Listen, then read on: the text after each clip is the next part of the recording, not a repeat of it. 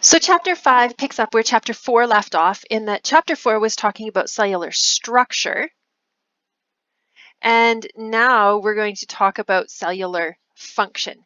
And so we're going to talk about cellular function with a few different themes or different topics. We're going to start out with membrane structure. So we're going to talk about the phospholipid bilayer and about its function, which is semi-permeability. So we're going to talk about cellular transport here, or how things get into or out of the cell.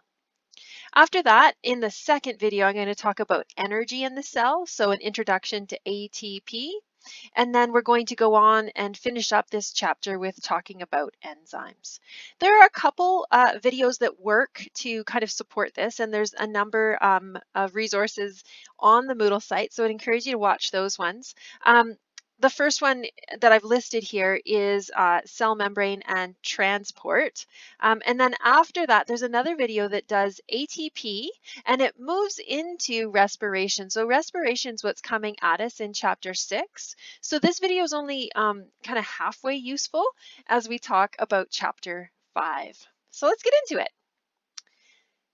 This is a bit of a review. We've talked about the plasma membrane before, and the plasma membrane, when we talk about their structure and their function, we're going to have 3 keywords. So in the coming slides, there are 3 keywords that I've put in red, and your printouts don't have color. And so we have selective permeability on this one. We have phospholipid bilayer on the coming slide, and then we have fluid mosaic on beyond that. And so those are the 3 kind of sets of terminology that I'm going to use to guide my conversation about the structure and the function of membranes in a cell. So the plasma membrane, the cell membrane as sometimes it's called, we're going to talk about that as the one that is the outside of the cell. There are membranes throughout the cell, but we're really going to focus on this plasma membrane as our model of a membrane. Really, the job of it is that it controls what goes into and out of the cell, and that trait is what we call selective permeability. So if something is permeable, it lets something pass, right? A permeable membrane. If it's selectively permeable, that means that it's going to let some things pass, but not everything. It's going to control what goes into and what goes out of the cell. And it's the structure of the membrane that allows it to be semi-permeable. So over here we have that image of the phospholipid, because the phospholipid was really the molecule that that made up all of our membranes. And we're going to talk about the phospholipid and how they auto-arrange because of their hydrophilic head, their water-loving head, and their water-fearing or hydrophobic tails, because they had those 2 different components when we looked at a phospholipid. So phospholipids form a 2-layer sheet, or a bilayer. So that's where we get the second of these sets of terms that really do outline the structure and the function of a plasma membrane. So the first one being selectively permeable. The next one is phospholipid bilayer. And really, we're just going to put together what we've talked about in the past. So phospholipids have these 2 different regions. They have hydrophilic heads. So these are the water-loving parts. It was the glycerol molecule, if you remember that, and it was polar, and that's why it was dissolvable in water. So we have an aqueous solution on this side, and we also have the second layer down here. So we also have these hydrophilic heads down here, because this is also an aqueous solution. This might be outside the cell, this might be inside the cell. And that idea that these are the soluble parts of the molecules, that's what's on the outside of this double layer.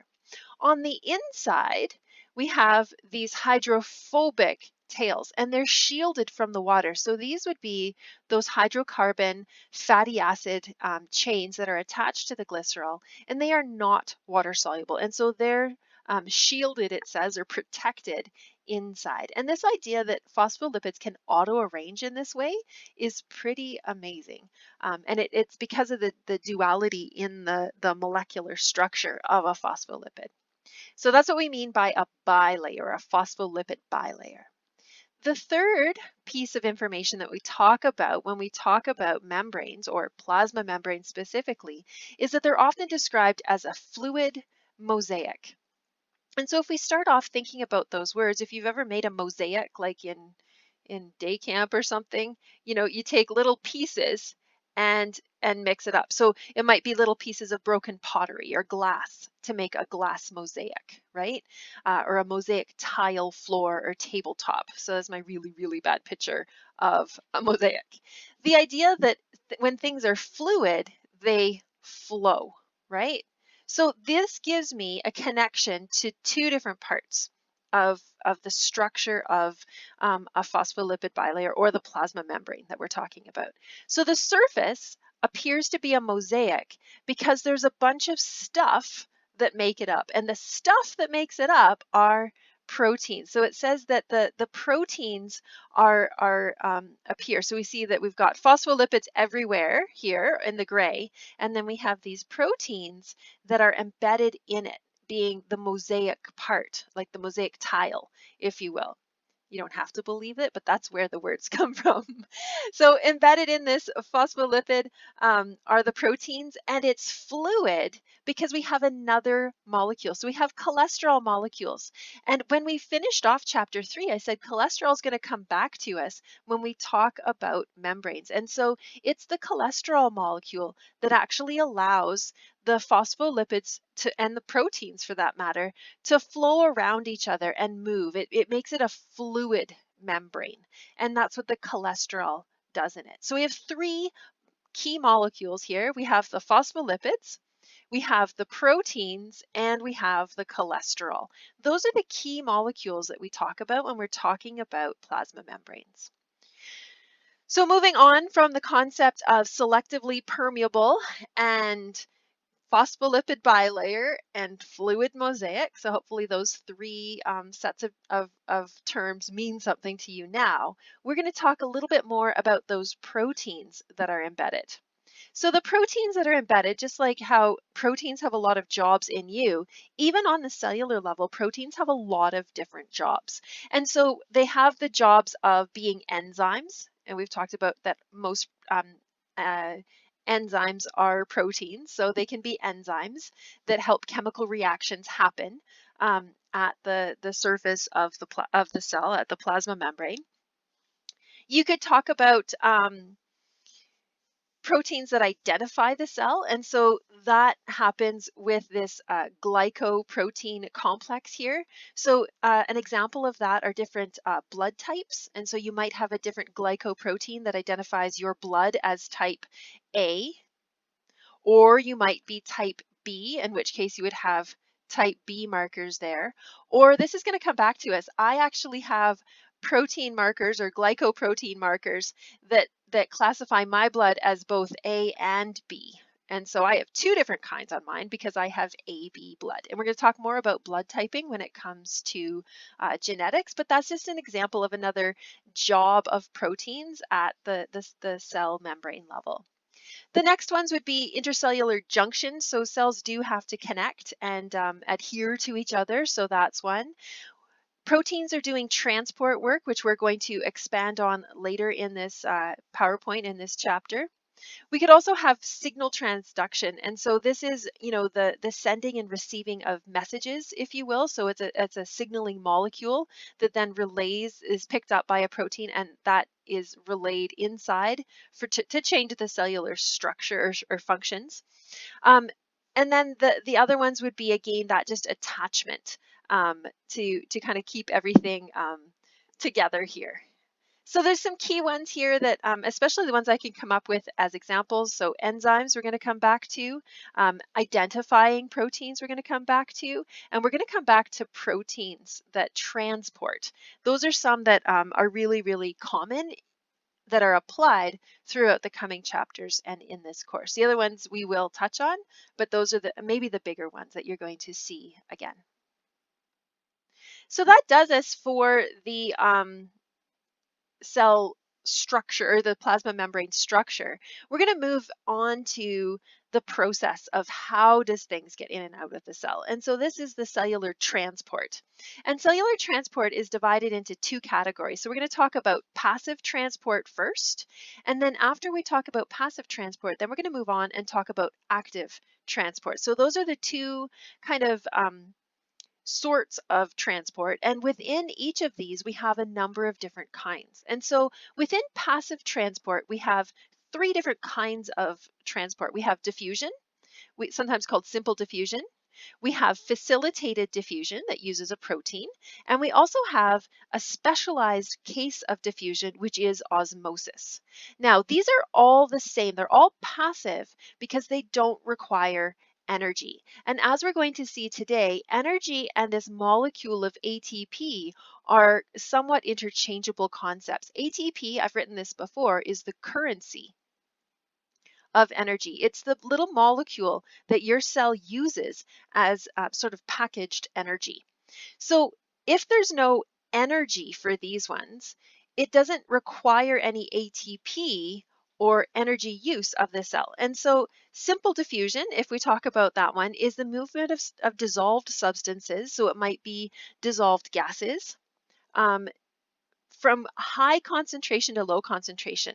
I always use the analogy here that if you ever go out and get firewood, and in the fall is a good time to talk about this, it's much easier to get firewood from the top of the hill. Oftentimes there's a logging road down here, and logs or rounds can roll down really, really easy. So what they're doing is going from high to low, right? In the analogy.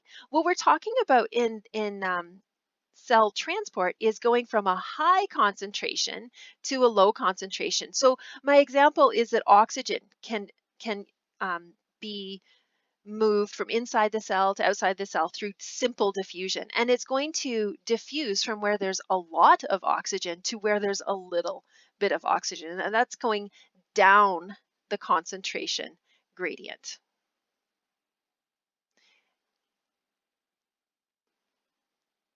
Sometimes gradient is what you call a hill, like a grade. And so we're going from high concentration to low concentration, or down the concentration gradient. And that happens without energy. You can see my smiling face there, right? Because that's easy way to get firewood. All of these work the same way. They're all going to go from high concentration to low. They're going to go in an easy way. They're going to make me happy if we're talking about my analogy here.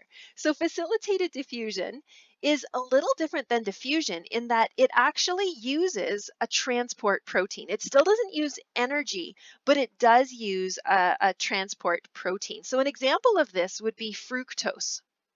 We talked about fructose as being a monosaccharide before, and fructose is an example of a molecule that can pass through facilitated diffusion. It's still going to pass from where there's a lot of fructose to where there's a little fructose, right? That's down the concentration gradient, or from high concentration to low concentration. But it does require this specialized transport protein that allows fructose specifically to pass. The shape of this protein, just as we've talked about shapes of protein being so important for their function, only works for fructose. So that's sometimes why it's called a gated protein. It's specific. The last kind of passive transport that we're going to talk about is this specialized case of diffusion of water. So water can pass across a plasma membrane, and it can pass with or without a protein. So it can go through a simple protein channel. So that wouldn't be a gated protein. That would just be, a little protein gate across my phospholipid bilayer. Not the best at drawing diagrams today. So it could go through there, water could go, or it could go straight through the phospholipid bilayer. And those are both examples of osmosis because it's the diffusion of water. And this is where it gets kind of confusing, because in the other two examples, we talked about high concentration to low concentration. Well, water is our solvent. So talking about water being dissolved is kind of backwards. And so we talk about how water goes from where there's lots of water to where there's little water. And so that would be going from where things are really dilute to where things are really concentrated. right? It seems like it's opposite, but it's because we're talking now about the solvent. So the way it says over here is that water will move in the direction to equalize the solute concentration. So wherever it's more concentrated, wherever that solute is more concentrated, water is going to move to that side of the cell in order to equal out the concentrations on either side. So we've got three kinds of passive transport, all happen without energy. We've got this idea of concentration gradient, and I've tried to give you an example of a molecule that would move in each of these three kinds of passive transport. When we talk about diffusion of water or osmosis, like I just ended off there, tonicity is a term that we use. And tonicity is a term that describes the ability of a solution to cause a cell to either gain or lose water. So what we would have is osmosis of water, osmosis, either moving a net movement in or a net movement out. And if we get a movement of water in, that's going to swell, that's going to gain water, or if the net movement of water is out because of the relative concentration, that's going to make the cell shrivel or lose water. And so that's what we're talking about with tonicity. Now, there's three different states of solution that we could talk about.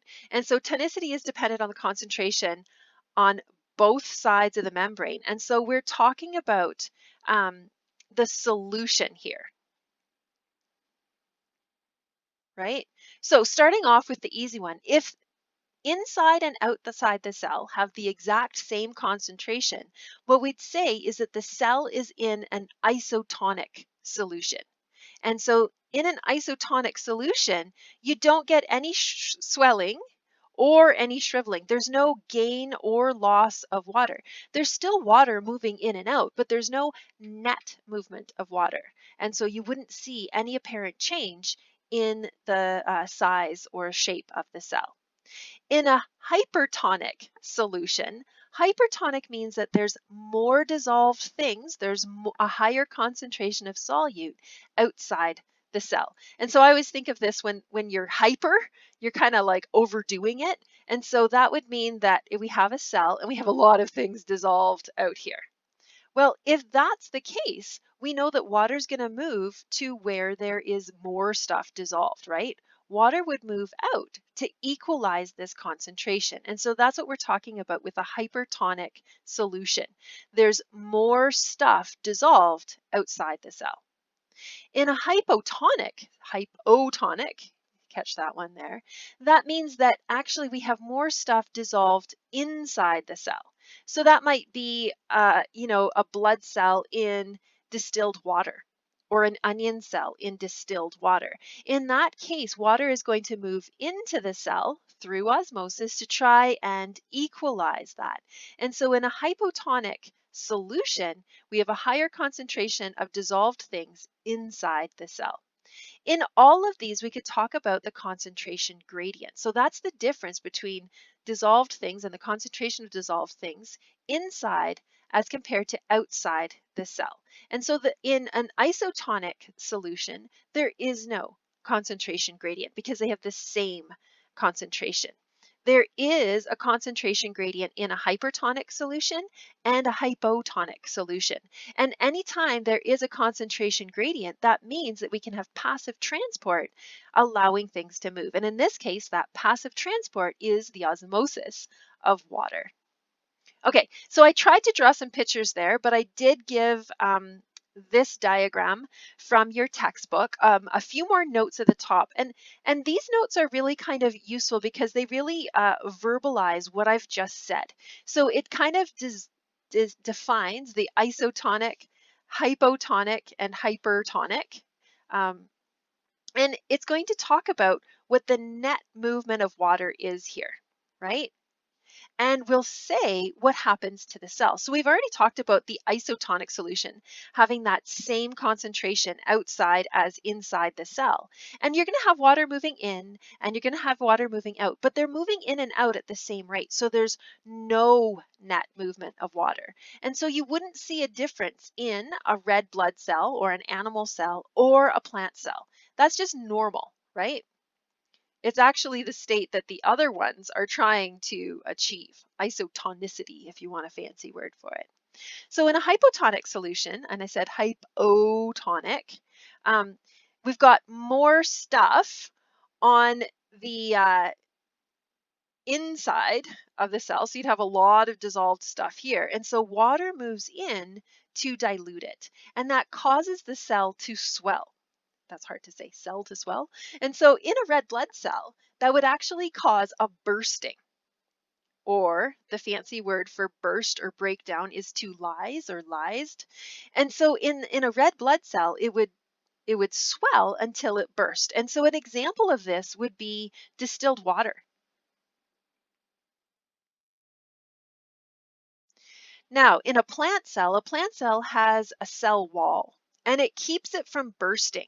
But the example here is if you've ever bought, say cilantro at the store, or maybe some celery, and you throw it down in the vegetable drawer of your fridge, and it looks awful. It looks all floppy and whatever. You can put it in some distilled water, and it's going to perk right up. No, it doesn't break the cells. It actually makes it turgid, or back like normal again, right? Like all perky. And so it doesn't burst it because it has this cell wall here around it, right? That's in the yellow. And so that's what would happen when you were trying to keep your cilantro fresh for longer than a day when you buy it. Okay, so the other one, oh, and my memory device for this is a hypohippo. I don't know if that helps at all. It's like a hippopotamus. Get it? Terrible. You can heckle me in the comments or write me about how bad my memory devices are, but they work, so I share them. Hopefully you'll share your memory devices with me too. So the other one that I said was all excited and overdone in a hypertonic solution. We've got lots of stuff dissolved out here. Well, water moves out to equalize the concentration, and that makes the red blood cell shrivel up. In a plant cell, this is a little bit different. So that net movement of water makes the plasma membrane shrivel all up. But again, in a plant cell, you have that rigid cell wall with the cellulose in it that preserves the general structure, and it doesn't shrivel quite as badly as a red blood cell. So this is something that we're going to see in the lab. You might want to remember this big fancy word here and look it back up when you're doing the lab. You say it as plasmolysed. Doesn't sound fancy? I don't think I'd want to be plasmolysed, but it sounds like something a negatron would do to fight off a bad guy. Okay, so that would be the 3 forms of cell transport. Now, I said there were 2 general kinds of cell transport. There were passive and active methods. And so far, we've only talked about the passive methods being simple diffusion, facilitated diffusion, and osmosis. Now, active methods are different than passive methods in that the passive methods needed no energy, but the active methods require ATP or require an energy input from the cell. And somehow I've kept the lightning bolt in there. I don't really know why. Somehow that was supposed to illustrate energy. So active transport, all active transport requires energy, and we can have different kinds of active transport. I'm going to start out with one that's simple and is going to come back to us when we talk about the systems of the body later, because you really do, in order for nerves to fire, you do need a sodium potassium pump.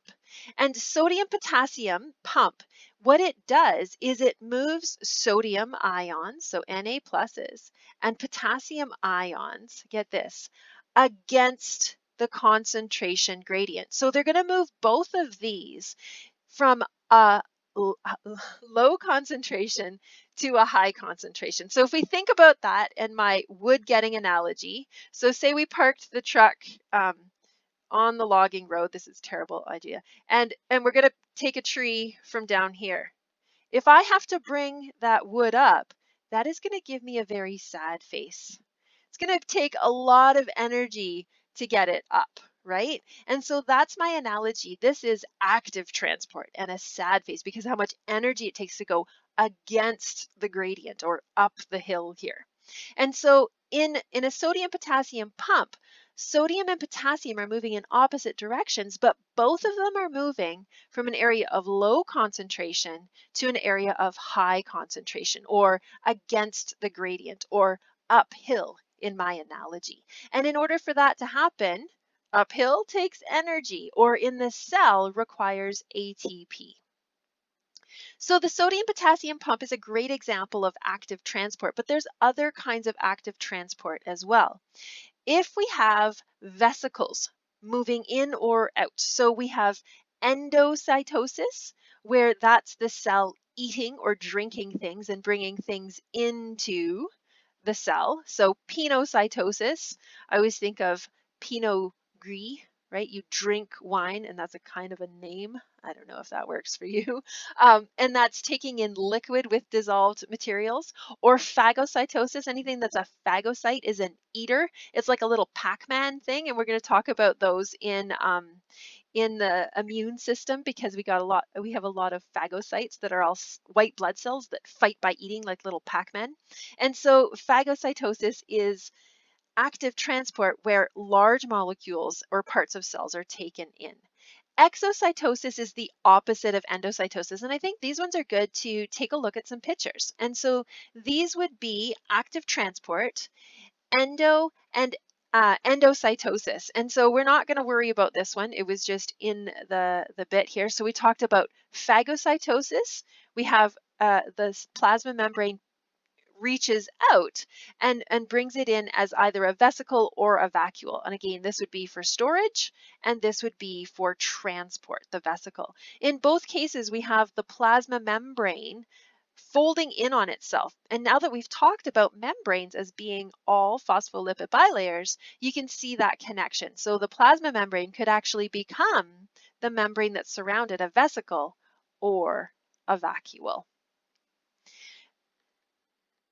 I didn't really go on. If you can imagine these pictures in reverse, exocytosis is expelling anything from the cell. And an example of exocytosis would be a neurotransmitter from a nerve cell. So you need neurotransmitters. You can have either happy or sad ones, excitatory or inhibitory neurotransmitters. We're going to talk more about neurotransmitters, but neurotransmitters come out of your cells and in your nervous system through exocytosis. And again, endocytosis and exocytosis and sodium potassium pumps are all my examples of active transport here.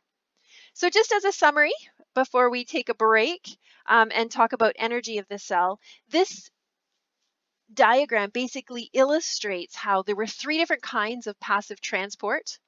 We have diffusion, sometimes called simple diffusion, where fat or oxygen or carbon dioxide can just go straight through the plasma membrane. So another lipid molecule or whatever can just go straight through. We talked about facilitated diffusion here, where our example was a sugar going through the plasma membrane without energy, but with the use of this purple protein molecule, so a gated protein. In both of these, we're moving from high concentration to low concentration. We're moving down the concentration gradient. Osmosis was the special case of the diffusion of water. And so water is also going to move from where there's lots of water to where there's little water or where there's, less concentrated to more concentrated because water moves to equalize that concentration gradient. And so it is simple diffusion. It can either go through a simple protein channel or straight through the phospholipid bilayer. In either case, there's no energy required for the movement of water across the plasma membrane. So in contrast to the passive transport, we had active transport, and this is just illustrated as the sodium potassium pump, but also I gave examples of endocytosis and exocytosis, endocytosis being divided into phagocytosis for eating and pinocytosis for bringing in of dissolved things, or I like to think of it as drinking. All right, so that's when I'm going to end our first video in class. We're going to take a little break, but then I'd welcome you back to learn about ATP and enzymes in the second half of this chapter 5.